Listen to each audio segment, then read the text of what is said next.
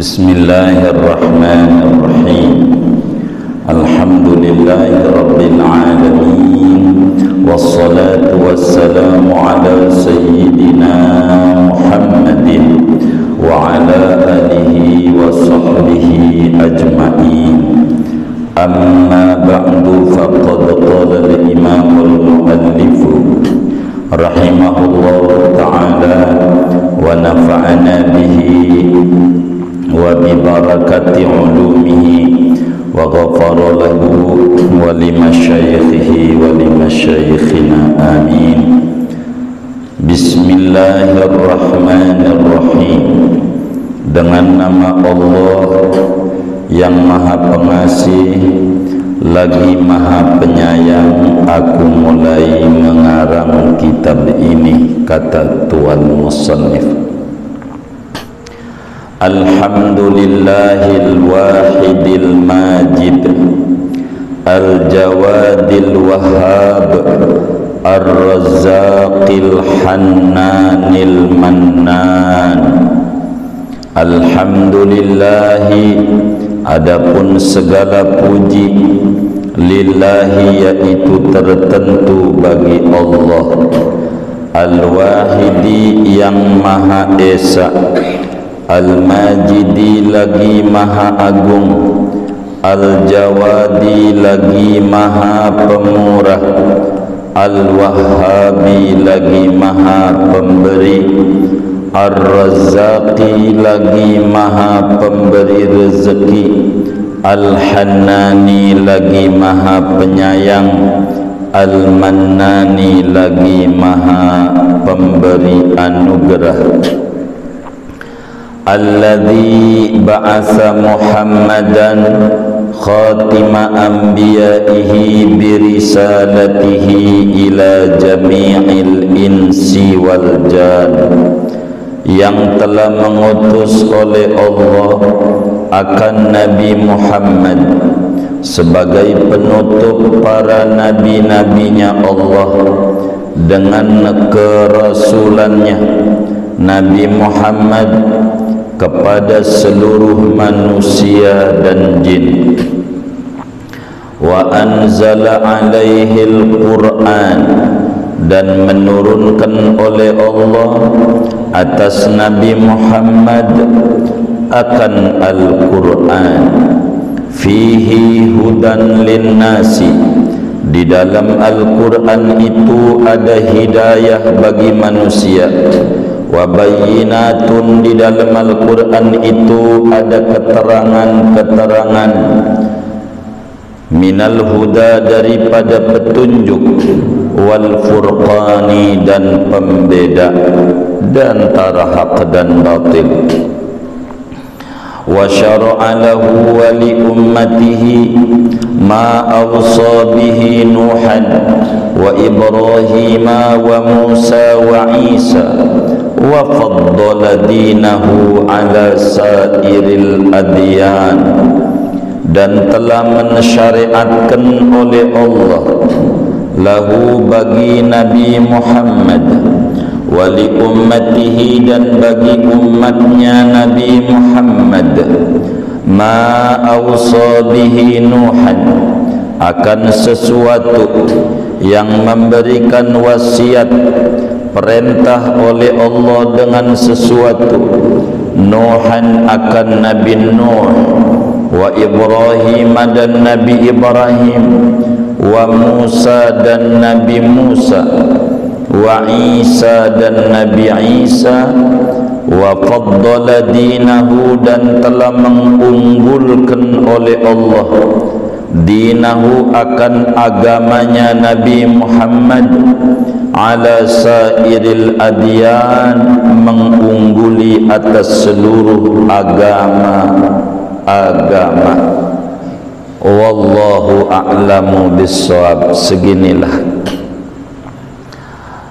hadirin sekalian yang mulia, pertemuan yang lalu kita telah mengkaji mabadi'ul asyarah terkait dengan ilmu akhlak tasawuf. Malam hari ini kita memasuki muqaddimah dari apa yang dituliskan oleh seorang wali kutub dari Yaman, Al-Imam Al-Habib Abdullah bin Alwi Al-Haddad.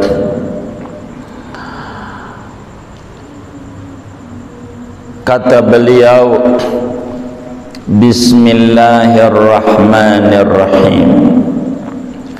Yambaghi likulli syari'in fi fannin an yabhatha basmalatan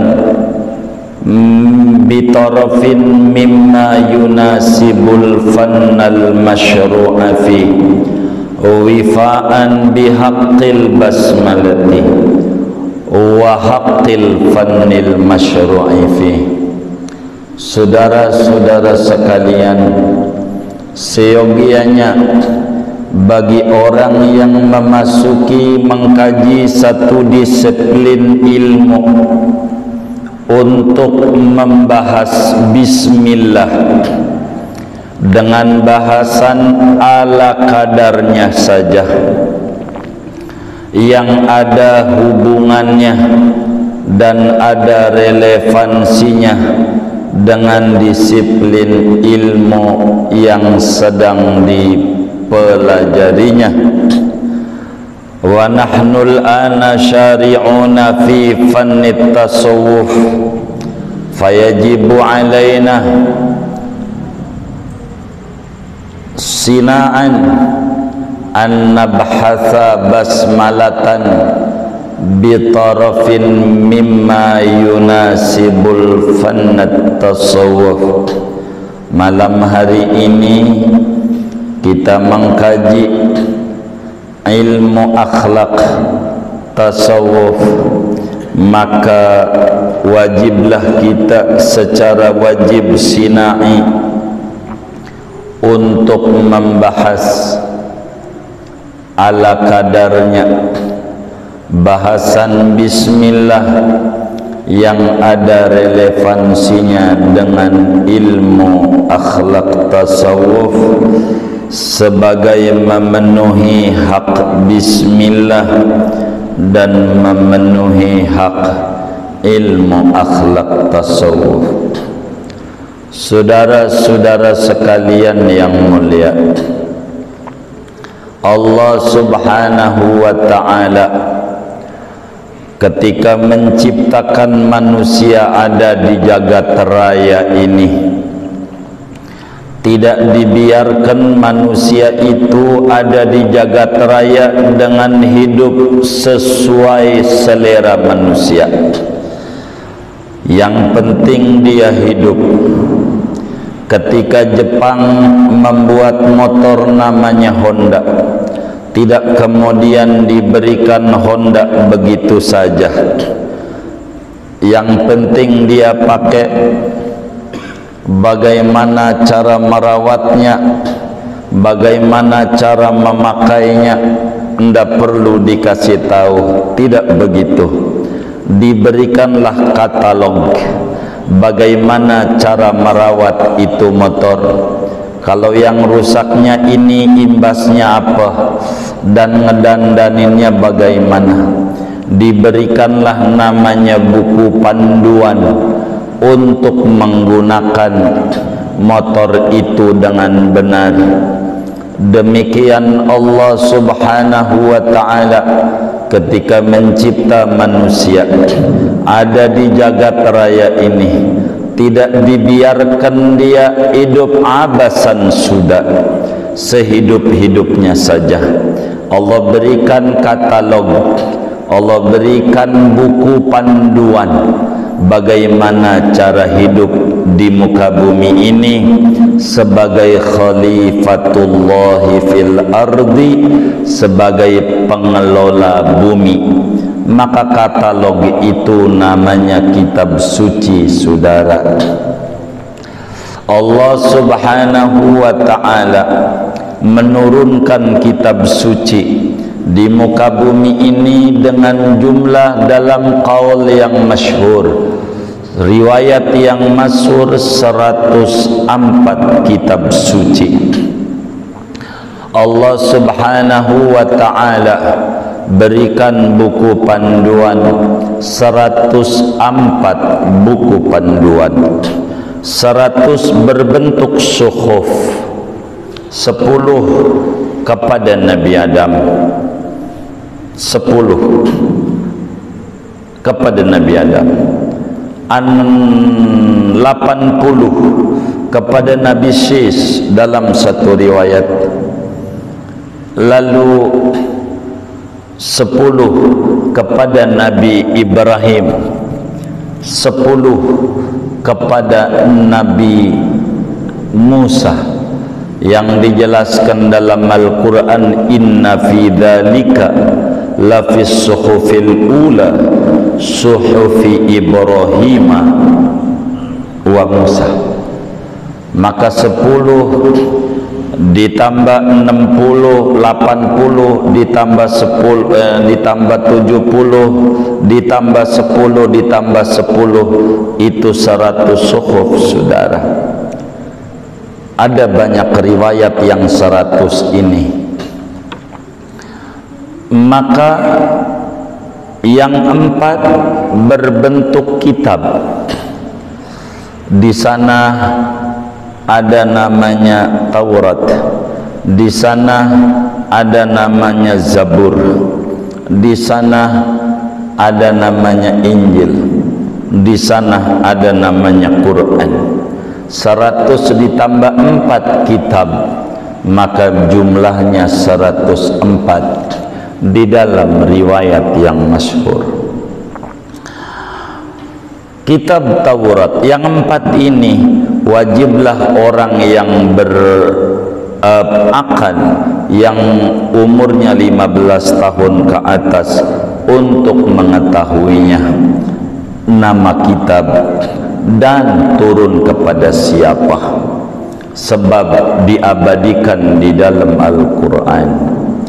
Taurat orang Nasrani sebut Injil Perjanjian Lama, yang isinya 5 kitab.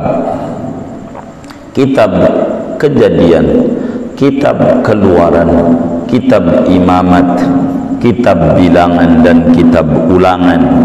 Namun tidak dipakai oleh orang Yahudi. Kemudian yang dipakai namanya kitab Talmud, sekarang pakaiannya Yahudi. Maka Taurat ini bukan itu Perjanjian Lama, tapi yang wajib kita imani adalah Taurat yang turun kepada Nabi Musa. Itu wajib kita imani, wajib kita yakin. Allah turunkan kitab suci namanya Taurat kepada Nabi Musa. Walaqad ataina Musal kitaba fi hudan wa nur. Allah berikan kepada Musa itu namanya Alkitab Taurat. Di dalamnya ada petunjuk dan ada juga cahaya. Begitu juga Nabi Daud diberikan kitab Zabur. Walaqad katabna fiz zaburi min ba'di dzikri annal arda yarithuha ibadiyas shalih. Ada namanya kitab Zabur. Taurat ini kitab suci yang isinya ada hukum-hukum. Maka semua nabi-nabi pada Nabi Musa dan seterusnya kudu ikut kepada ajaran kitab Taurat. Zabur tidak ada hukum, yang ada adalah nasihat-nasihat yang ada. Dalam kitab Zabur adanya cuman kata-kata bijak, firman Allah yang isinya nasihat, targhib, tarhib, tidak ada hukum. Maka walaupun Nabi Daud punya kitab Zabur, hukumnya kudu mengacu kepada kitab Taurat. Teruslah Nabi Sulaiman kepada Taurat, walaupun ada Zabur. Orang Nasrani menyebutnya Mazmur. Kemudian itu ada namanya kitab Injil. Injil diturunkan kepada Nabi Isa alaihi salam. Injil diberikan kepada Nabi Isa. Injil ini isinya menghapus dari isi dari apa yang ada kitab Taurat. Dia mengamandemen dari apa yang ada pada Taurat. Lalu kemudian ada kitab suci namanya Al-Quran. Al-Quran ini menghapus seluruh hukum-hukum kitab yang terdahulu kecuali yang relevan buat umat manusia. Singkatnya saudara, ada 104 kitab suci yang diturunkan oleh Allah. Dari seluruh kitab suci itu diperes isinya, semuanya digabung jadi satu, namanya Al-Quran. Maka kalau kita baca Al-Quran, maka berarti kita membaca 104 kitab suci. Dari 104 itu diperes di Al-Quran, Al-Quran pun masih diperes menjadi surat Al-Fatihah. Maka Al-Fatihah disebut Ummul Kitab, yaitu induknya Al-Quran, sebagai peresan kitab yang dulu. Kenapa Fatihah menjadi bacaan solat? Kalau kita baca Fatihah, berarti kita membaca 104 kitab, kandungannya ada di situ. Dan Fatihah itu saudara diperes adanya pada Bismillahirrahmanirrahim. Maka bismillah ini saudara adalah peresan dari Al-Fatihah, peresan dari Al-Quran, peresan dari seluruh kitab-kitab suci yang ada sebelum Al-Quran. Bismillah ini masih diperes, yaitu ada di huruf awalnya ba. Maka Bismillahirrahmanirrahim sebuah isyarat di dalam ilmu tasawuf pada ba-nya, yaitu ba itu sebagai akronim bi kana makana, bi yakunu ma yakunu. Dengan akulah segala yang ada itu ada, dengan akulah segala yang akan terjadi itu terjadi. Semuanya balik pada ba.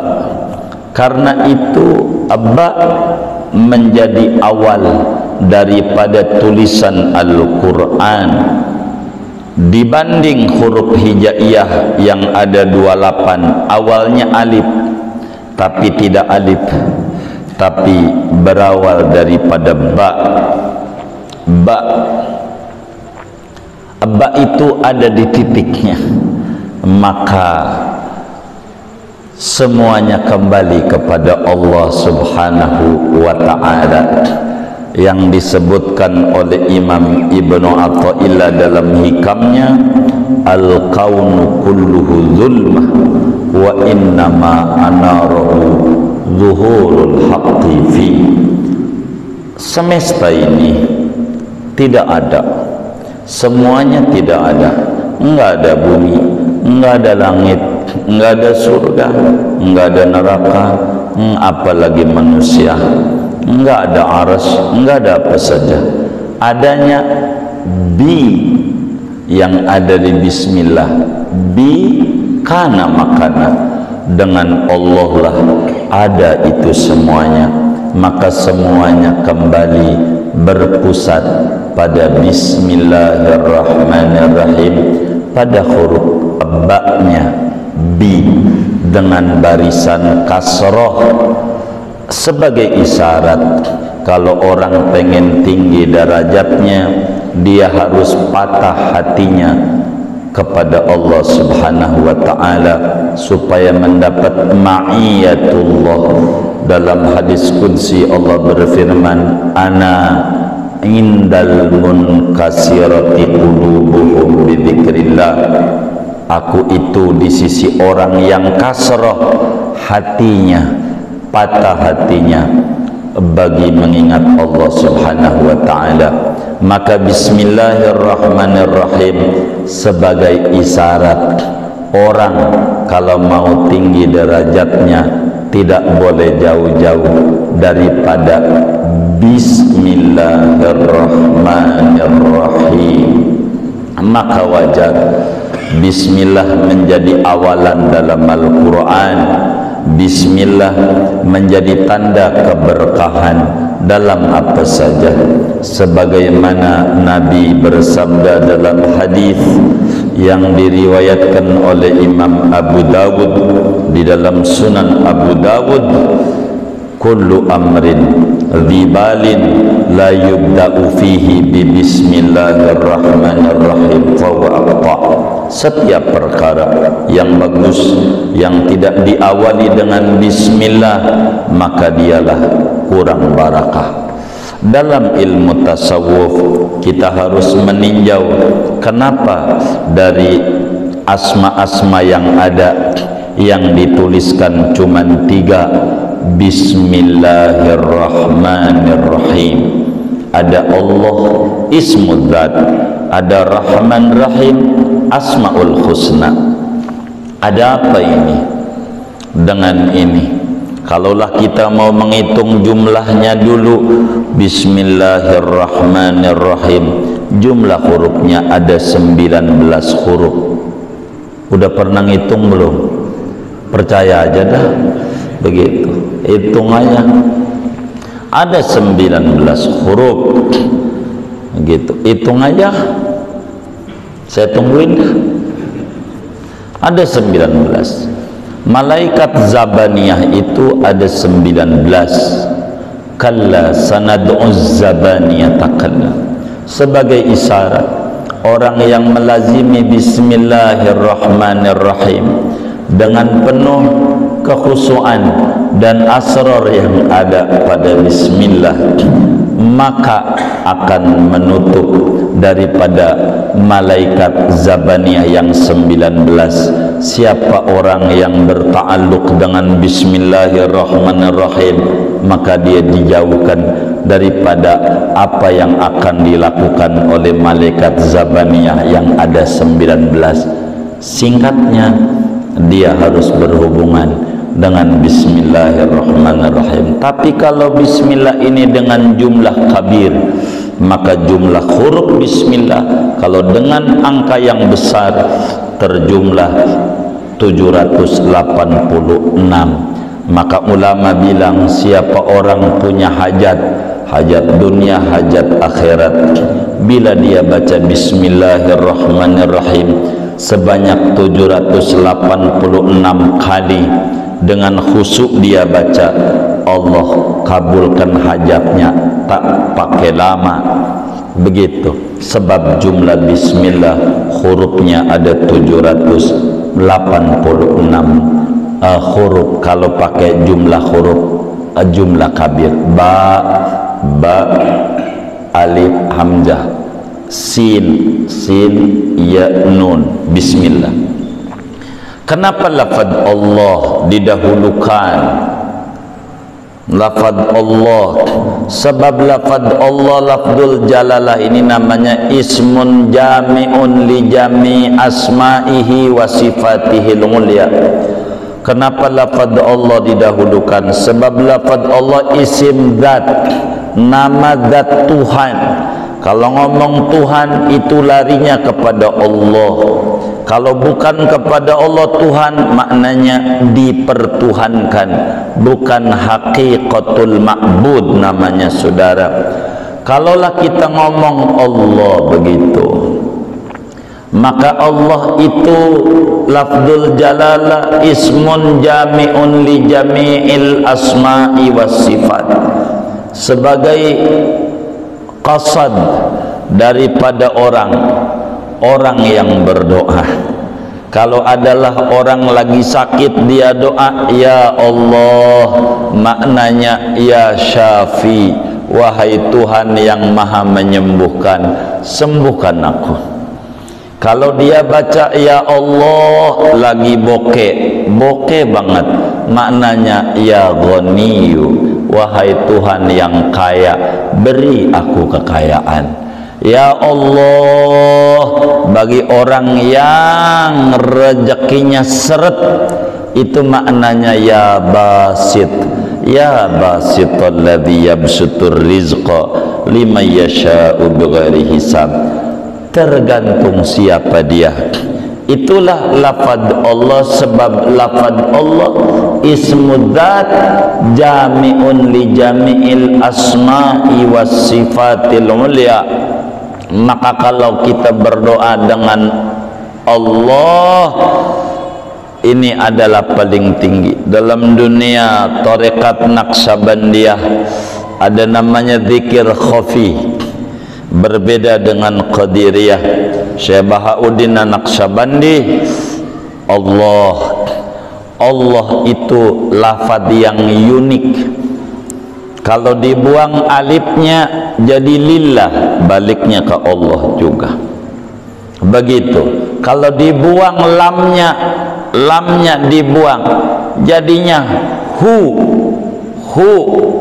jadinya, itu juga balik ke Allah. Maka di dalam tarekat Sadah Ba'alawi daripada Sayyidi Syekh Bamasmus suka baca hu. Orang kampung ngapain hahu di masjid? Hahu bukan maknanya hu tuh dia Allah, Allah saja yang nolongin saya, Allah saja yang bisa membuka problem ini. Allah saja tempat tujuan saya. Cuman karena kita nggak ngerti hahu baca aja tak ngerti apa itu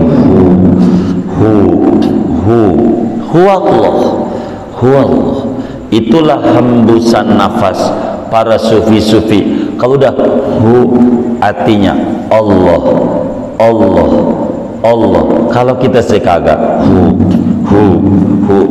tidak jelas, karena memang belum connect hati kita. Masih hati kita duit ini bagaimana ini ya? Ya Allah, bisnis tanah belum ada yang gol ini, belum ditendang itu tanah. Kalau belum gol, tendanglah. Begitu. Ini ini uniknya lafaz Allah. Kenapa Allah Rahman Rahim? Kenapa Rahman? Karena ini program pertama orang. Kalau menuju kepada Allah nggak perlu takut. Dia Maha Pengasih. Orang non muslim aja dibagi. Rahmannya Allah, ada bayi ditinggal sama ibunya nggak jatuh. Rahmannya Allah, bayi dalam perut nggak ada lobangnya buat makan, dia hidup. Lobang satu-satunya itu juga rebutan nama babanya, katanya begitu saudara. Itu bisa hidup.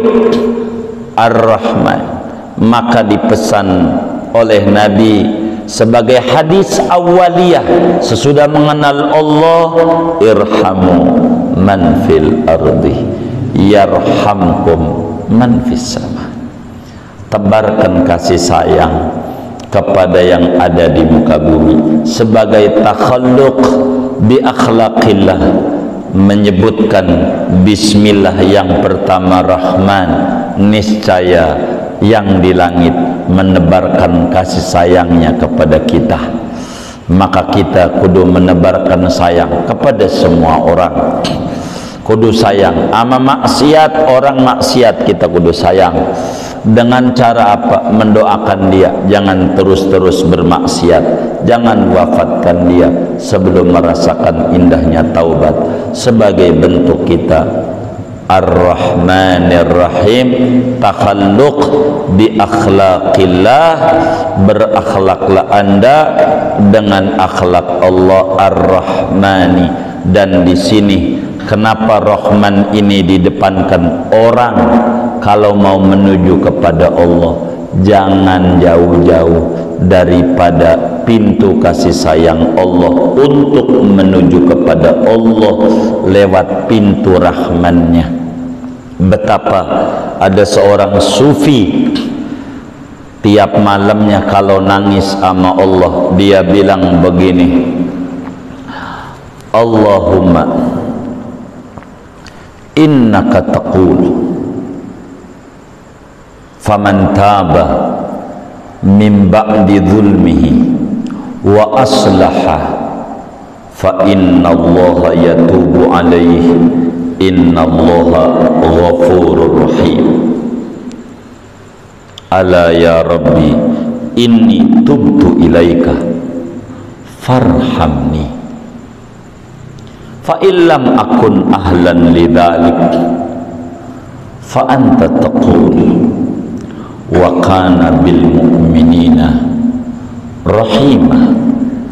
Ya Rabbi ana mu'min farhamni fa illam akun ahlan lidzalik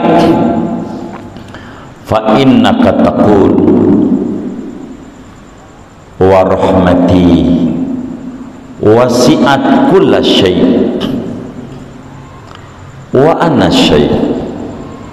Ala ya Rabbi farhamni fa illam akun ahlan lidzalik fa ayyu musibatin a'zamu min musibati anta dhiqa alayya rahmatul lati wasi'at kulla syai' falam yasa'ni fa hadhihi musibah fa innaka qad 'allamtani bi an aqula inna lillahi wa inna ilaihi raji'un. Fa innaka taqulu alladzina idza asabathum musibah qalu inna lillahi wa inna ilaihi raji'un ulaika alaihim salawatun min rabbihim wa rahmat. Ala ya Rabb farhamni.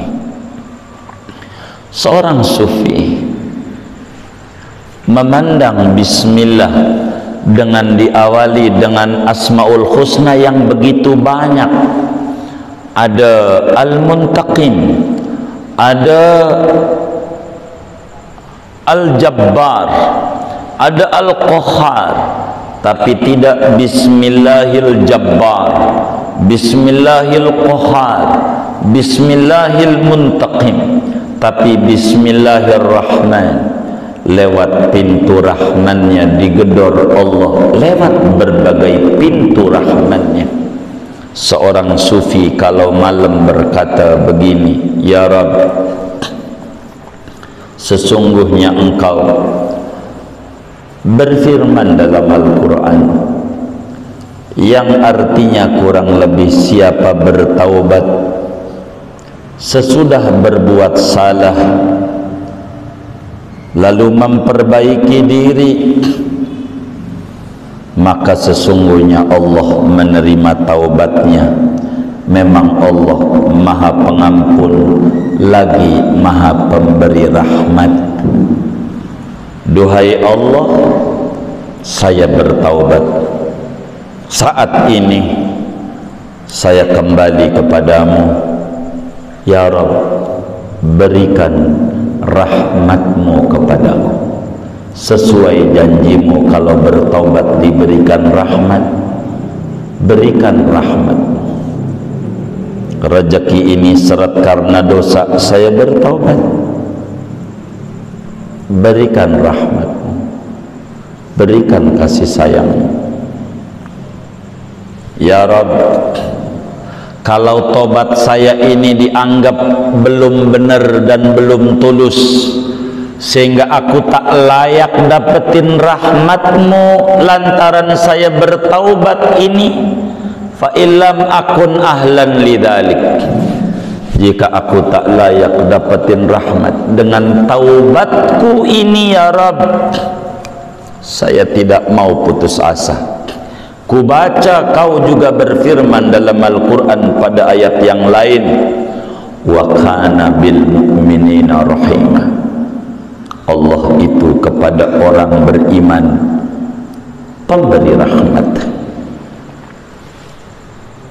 Ya Rabb, saya mukmin, saya beriman kepadamu walaupun saya berlumuran dosa, saya percaya.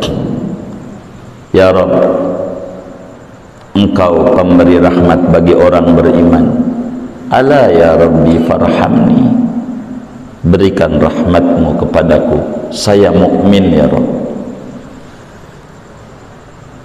Ya Allah, dengan pengakuan saya ini sebagai orang beriman pun tidak layak mendapat rahmatmu yang kau awali bismillah dengan ar-Rahman dari sekian banyak asma-asmamu al-husna. Enggak layak saya dapetin rahmat dengan pengakuan saya beriman, karena iman saya belum tulus, iman saya belum benar. Saya tidak mau putus asa.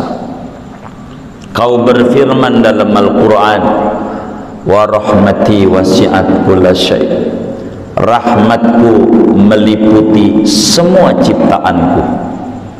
Ya Rabb, fa ana syai', saya ciptaanmu, saya ciptaanmu. Farhamni, berikan rahmatmu kepadaku.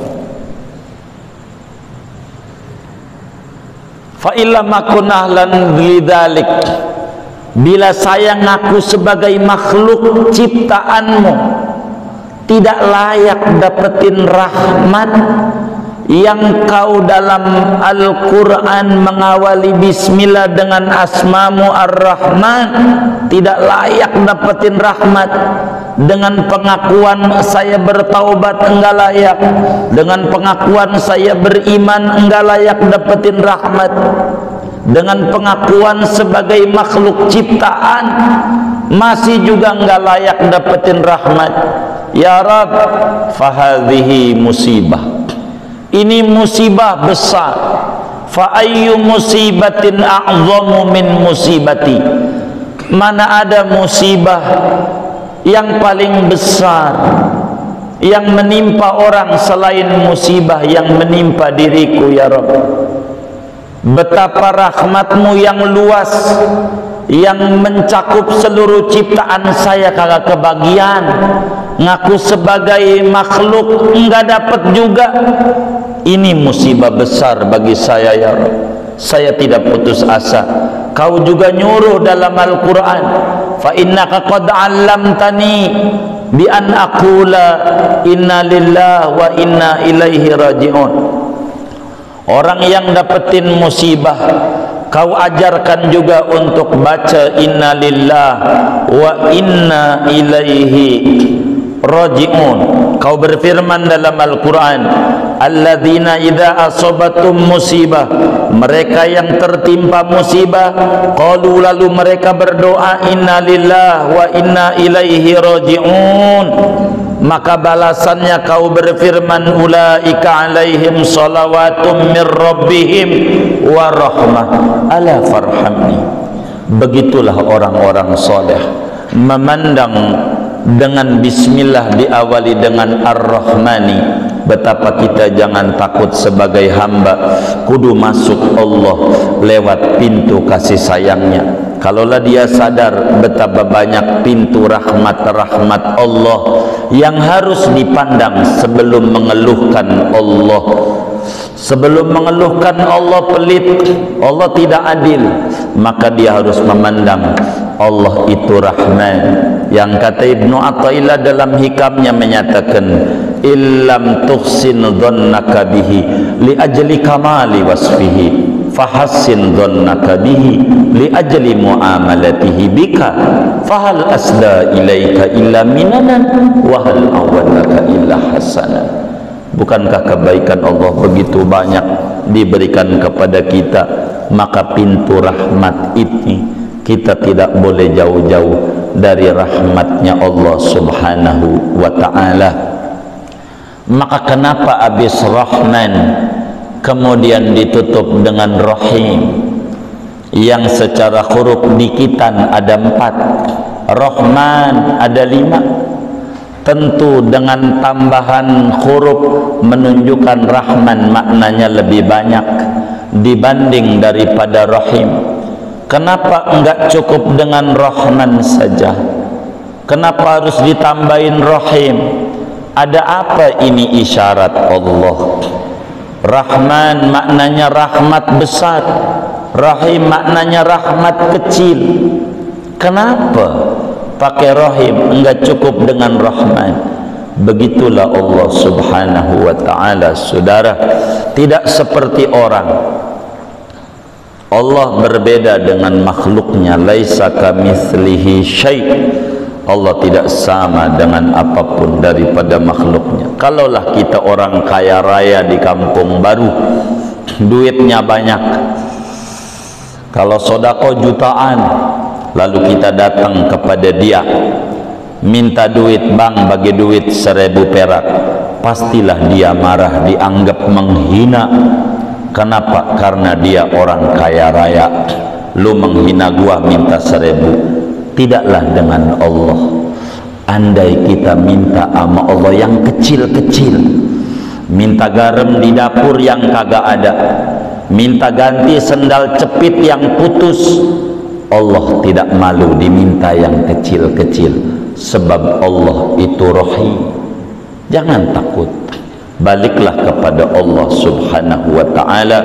Maka inilah kenapa bismillah menjadi dasar dalam dunia tasawuf, supaya kita tidak boleh jauh dengan Allah subhanahu wa ta'ala dengan membaca bismillahirrahmanirrahim. Bahkan saudara, sebagai penutup pembahasan sekelumit bismillah, dulu ada orang pulang ngaji,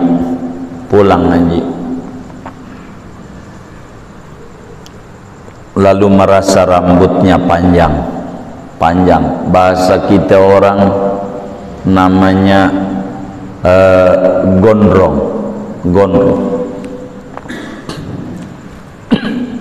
Karena dia gondrong, maka kemudian itu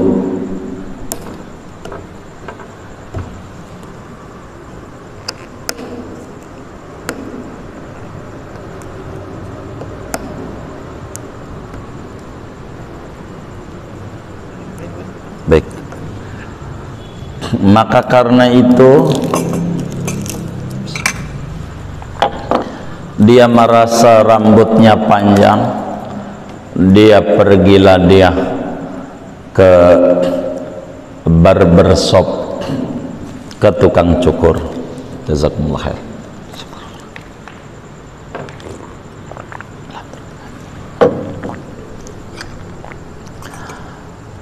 Karena dia pakai pici, ketika datang ke barbershop, maka kemudian itu ditanya sama si tukang cukur. Biasanya Asgar, asli Garut, begitu. Tukang cukur tuh begitu. Maka kemudian itu saudara, karena pakai pici, ditanya, anak muda, kamu ini dari mana? Dijawab, saya dari pengajian, dari majelis taklim. Kata yang nyukur sambil cukur, ngobrol, dia nanya, kata dia komentarnya, bagus, masih muda, demen hadir di majelis taklim. Begitu. Jarang di kampung saya yang muda-muda mau ngaji. Kebanyakan yang sudah rambutnya beruban. Lalu kemudian ditanya, ngaji apa?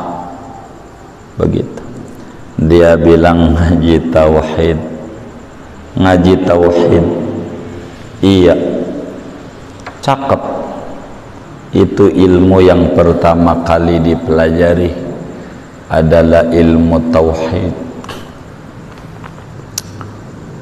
Lalu kemudian, boleh saya nanya, Kata tukang cukur, maka dijawab, anak muda, boleh. Ini kayaknya ngajinya nggak meleng, tandanya siap ditanya dia sama tukang cukur. Kata si anak muda, mau nanya apa? Saya mau nanya permulaan ngaji aja. Bismillahirrahmanirrahim artinya apa? Dengan menyebut nama Allah yang Maha Penyayang, Maha Pengasih. Maha Pengasih lagi Maha Penyayang. Kata si tukang cukur, apakah menurutmu Allah itu Maha Pengasih? Dijawab, iya, Allah itu Maha Pengasih. Sebab guru waktu di majelis mengartikan Bismillahirrahmanirrahim dengan nama Allah yang Maha Pengasih, berarti Allah itu Maha Pengasih. Kata si tukang cukur, kalau saya mah enggak percaya kalau Allah itu Maha Pengasih. Dia balik nanya anak muda, ambil nengok, emang apa kagak percaya kalau memang Allah Maha Pengasih? Kudunya tuh yang usaha konveksi tuh semuanya pada maju. Orang dagang tuh pengen untung, pengen maju usahanya, tapi kan ada yang rugi. Kudunya juga enggak ada yang rugi kalau Allah Maha Pengasih mah. Semua yang dagang kudunya untung karena pengennya orang yang dagang untung. Tapi ada juga yang rugi, yang bangkrut pun banyak. Jadi saya mendak percaya Allah itu Maha Pengasih. Si anak muda mikir, tapi kan guru ngartiin Ar-Rahman Maha Pengasih. Emang Allah pengasih, tapi ya juga ada juga di kampung saya konveksi yang rugi, yang tutup juga banyak, tapi Allah Maha Pengasih. Guru juga begitu ngartiinnya.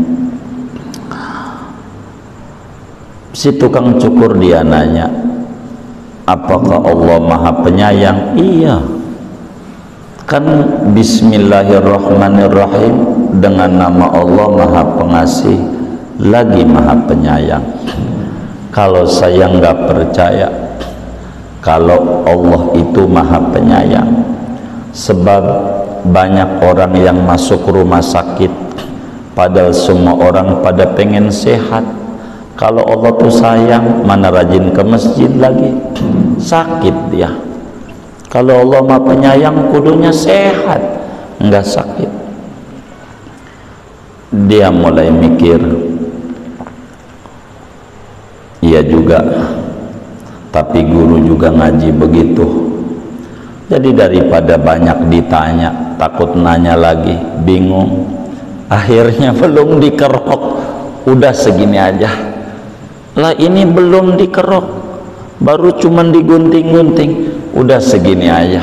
Saya lagi ada acara, takut ditanya lagi, bingung lagi jawabnya. Maka dia kemudian sudah ditanya, berapa bayarnya? Itu tulisannya ada 20.000. Maka dibayarlah dia 20.000, bayar cukurnya. Lalu kemudian dia pergi aja, belum dikerok biar rapi, cambangnya dipotong apa kagak, nggak usah, udah gini aja udah cukup. Yang penting kuping saya kelihatan aja, saya udah biasa pakai pici, jangan sampai kuping ketutup doang, kurang enak.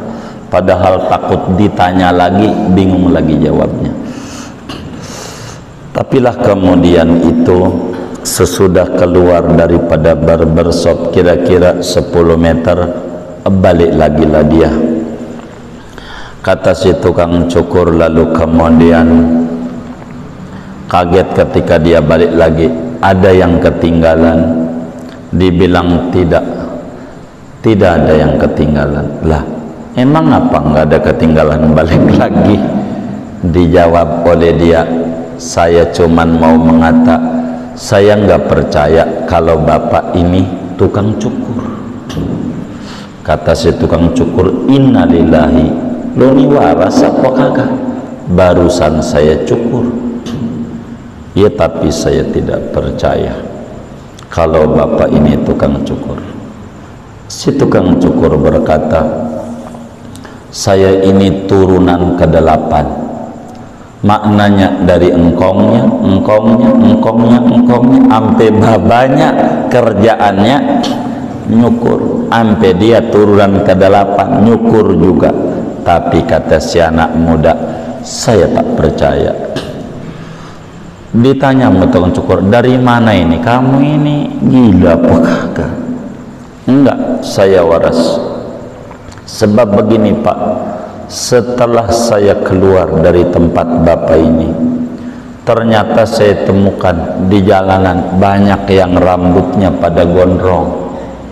Kalau bapak ini benar-benar tukang cukur, kudunya juga semua orang rambutnya rapi, enggak ada yang gondrong. Tapi setelah saya keluar 10 meter dari tempat bapak, saya lihat itu banyak yang rambutnya pada gondrong. Jadi saya tak percaya kalau bapak ini tukang cukur. Maka kata si tukang cukur bilang, ini satu-satu. Begitu. Akhirnya si anak muda itu suruh duduk dulu. Mau minum apa? Ditanya begitu. Kata anak muda, saya mau teh pucuk aja. Lakan 9.000, lumayan 20.000 balik 9.000, kan cukur 10.000, diskon 50%. Kita kan begitu. Ya baik, dia pagi juga keluar. Yang dingin apa yang biasa? Saya yang dingin udah biasa. Yang dingin udah jadi raja dia. Dia duduk minumlah dia teh pucuk. Lalu kemudian itu kota si tukang cukur begini, anak muda, saya ini tukang cukur dari dulu, bahkan dari engkong-engkong saya juga tukang cukur. Tapi kalau masalahnya di luar sana banyak yang pada gondrong, itu tidak merubah saya bahwa saya ini adalah si tukang cukur. Itu penyebabnya yang gondrong-gondrong di luar sana itu penyebabnya satu, tidak seperti Anda mau dekat dengan saya. Kalaulah mereka yang gondrong-gondrong itu dekat dengan saya, pasti rambutnya rapi. Jadi saya tetap saja tukang cukur, biar kata di sana banyak yang gondrong-gondrong itu. Maka si gondrong itu kalau pengen dirapihin rambutnya, kudu dekat dengan saya. Begitulah kata si anak muda, demikian Allah itu maha pengasih, maha penyayang. Maka sampaiin wahai tukang cukur kepada mereka yang gondrong-gondrong, punya problem, usahanya menurun, bisnisnya merugi, istrinya kurang nurut, anaknya kurang nurut sama dia, sampai nama dia penyebab gondrongnya kurang mau dekat dengan Bismillahirrahmanirrahim, kurang mau dekat dengan Allah yang maha pengasih lagi maha penyayang. Kalaulah mereka yang punya problem-problem itu mau dekat dengan Allah, mau hampir dengan Allah, mau bertaqarrub dengan Allah, maka problem mereka akan dibereskan dengan Allah Subhanahu wa ta'ala. Sebab Bismillahirrahmanirrahim adalah pintu dasar untuk menuju segalanya, dan menuju segalanya menuju kepada Allah Subhanahu wa ta'ala. Pintunya lewat pintu kasih sayangnya. Berbuat kasih sayang saja, nanti irhamu man fil ardi yarhamkum man fis sama. Maka bila mereka yang banyak problem hidupnya benar-benar mau dekat dengan Allah, mau akrab dengan Allah, yakin hakul yakin Allah bereskan problem-problem yang menimpa mereka, asal jangan jauh-jauh dengan Allah. Caranya biar dekat dengan Allah, fasjud waqtarib, sujudlah, dekatlah dengan Allah. Kalau kita sudah banyak bertakarrub sama Allah, malam melek minta sama Allah, tidak ada gembok yang enggak ada kuncinya, tidak ada problem yang tidak ada solusinya. Solusi terbaik mendekati pencipta problem, yaitu Allah Subhanahu wa ta'ala, agar supaya diberikan solusi terbaik oleh Allah dalam memecahkan problem yang menimpa dirinya. Saudara sekalian, sekelumit ini yang bisa disampaikan terkait korelasi kenapa Bismillahirrahmanirrahim diawali dalam kitab ini dan apa makna keterkaitannya dengan ilmu akhlak tasawuf. Maka hati kita tidak boleh jauh dengan Allah yang sifat terdepannya Rahman dan Rahim. Saking sayangnya Allah, ayam anaknya 8, banyak anaknya 8. Begitu sekolah enggak punya, ijazah enggak ada, kontrakan enggak punya, ayam mana lakinya si boy enggak ngurusin dia lagi. Tapi karena yakin Allah Rahman Rahim, maka ayam sampai detik ini hidup karena sayangnya Allah kepada mereka. Maka hati kita tidak boleh jauh dengan Allah, hati kita harus dekat dengan Allah yang Rahman Rahim, agar Allah bereskan urusan-urusan kita yang mengganggu jalan hidup kita.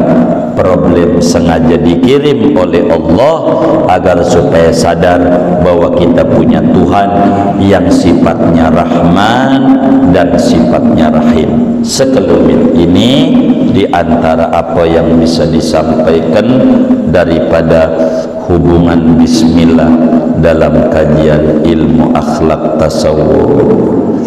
Pertemuan mendatang kita bahas Alhamdulillahil Wahidil Majid, Al-Jawadil Wahhab, Ar-Razzaqil Hannanil Mannan. Segini yang dapat disampaikan pada pengajian malam hari ini. Ada yang ditanya mungkin